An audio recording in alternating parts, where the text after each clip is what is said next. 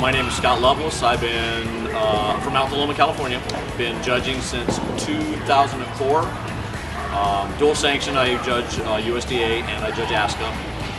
My wife Tracy and I have been competing since 1994, 95. We run Aussies.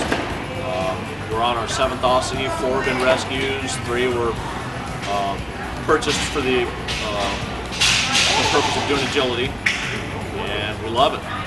So what got you into judging to begin with? Since we've been competing, we did a lot of work at our club's trials, and after doing putting on trials and course building for other clubs or whatever, the next obvious or logical step to give back to the agility community was to become a judge. We just ran Master Snooker.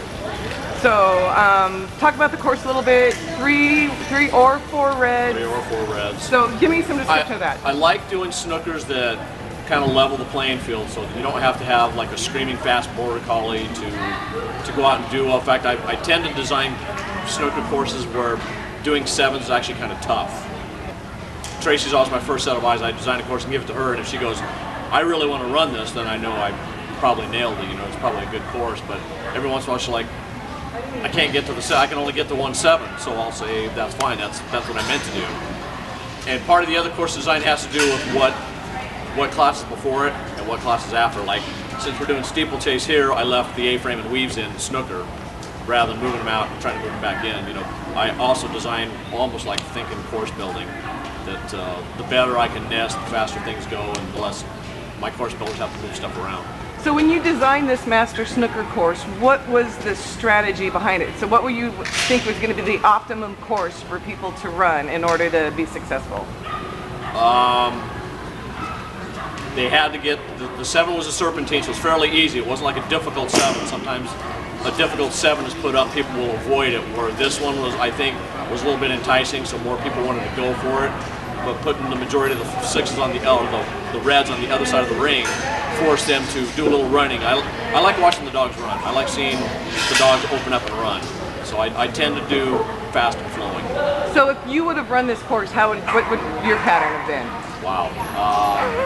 I'm trying to think of my baby dog right now, who I probably would have done 6s and 7s because he's got really strong weaves. Contacts not so much. He has Velcro contacts everywhere but in the ring. In the ring he runs through it. So I might have been good for like one or 2 A-frames, but then I start pushing it. He starts releasing a little bit higher and higher.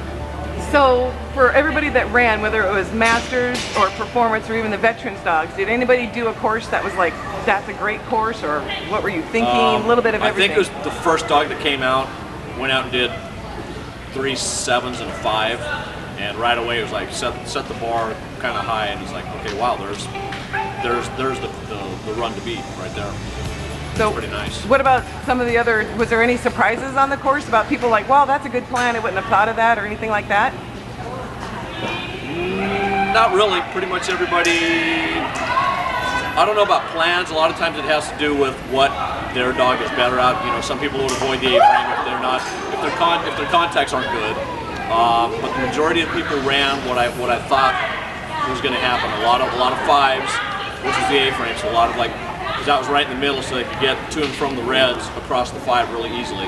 So that seemed to be like a typical thing. And then the overachievers ran the whole ring and did a lot of 7s.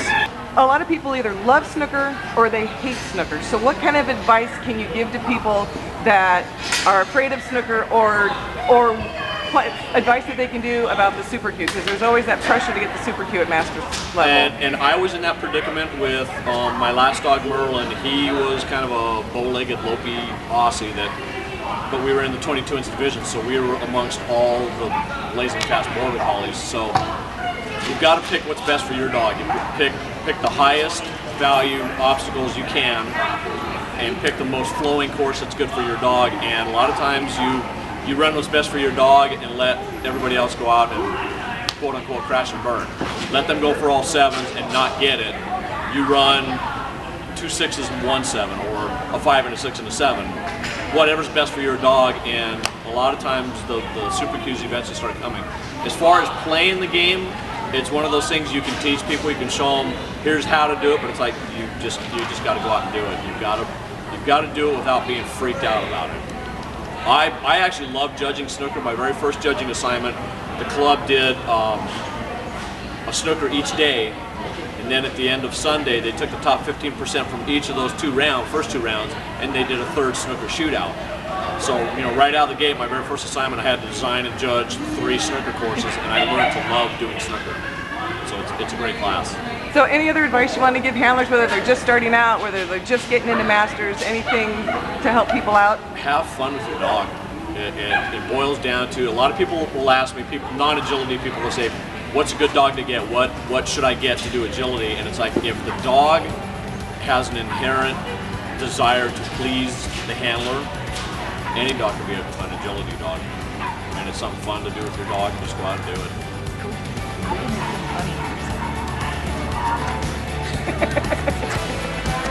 And that's going to wind up on the website. You betcha, baby.